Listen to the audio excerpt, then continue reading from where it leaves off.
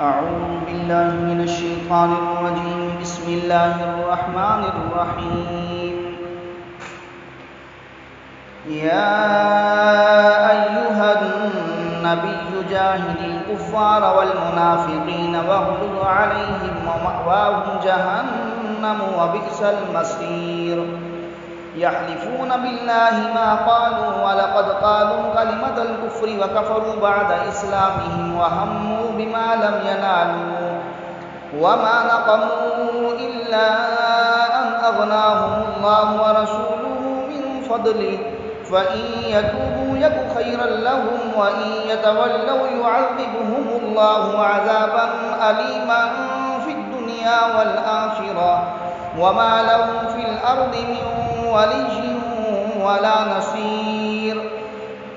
ومنهم من عاهد الله لئن آتانا من فضله لنصدقن ولنكونن من الصالحين فلما آتاهم من فضله بخلوا به وتولوا وهم معرضون فأعقبهم نفاقا في قلوبهم إلى يوم يلقونه بما أخلفوا الله ما وعدوه وبما كانوا يكذبون.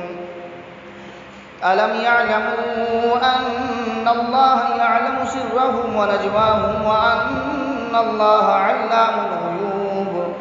الذين يلمزون المتطوعين من المؤمنين في الصدقات والذين لا يجدون إلا جهدهم فيسخرون منهم سخر الله منهم ولهم عذاب أليم. استغفر لهم أو لا تستغفر لهم إن تستغفر لهم 70 مرة فلن يغفر الله لهم ذلك بأنهم كفروا بالله ورسوله والله لا يهدي القوم الفاسقين. فرح المخلفون بمقعدهم خلاف رسول الله وكرهوا أن يجاهدوا بأموالهم وأنفسهم في سبيل الله وقالوا لا تنفروا في الحر قل نار جهنم أشد حرا لو كانوا يفقهون فليضحكوا قليلا وليبكوا كثيرا جزاء بما كانوا يكسبون. فإن رجعك الله إلى طائفة منهم فاستأذنوك للخروج فقل لن تخرجوا معي أبدا ولن تقاتلوا معي عدوا إنكم رضيتم بالعقود أول مرة فاقعدوا مع الخالفين ولا تصل على أحد منهم مات أبدا ولا تقم على قبره إنهم كفروا بالله ورسوله وماتوا وهم فاسقون. ولا تعجبك أموالهم وأولادهم إنما يريد الله أن يعذبهم بها في الدنيا وتزهق أنفسهم وهم كافرون.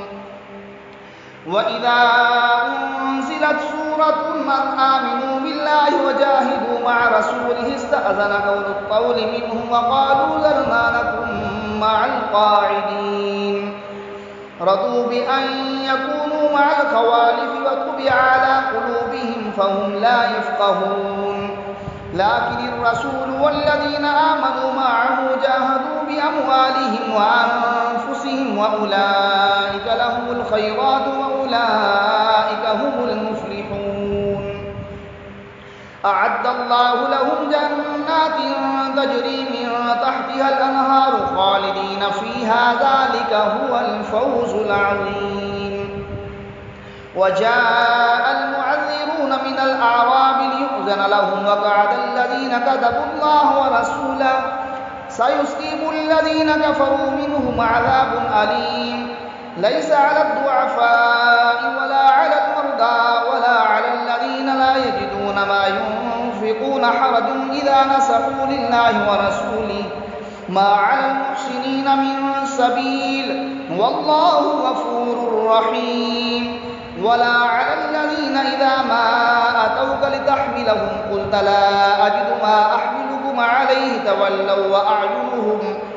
تولوا وأعينهم تفيض من الدمع حزنا ألا يجدوا ما ينفقون إنما السبيل على الذين يستأذنونك وهم أغنياء رضوا بأن يكونوا مع الخوالف وطبع الله على قلوبهم فهم لا يعلمون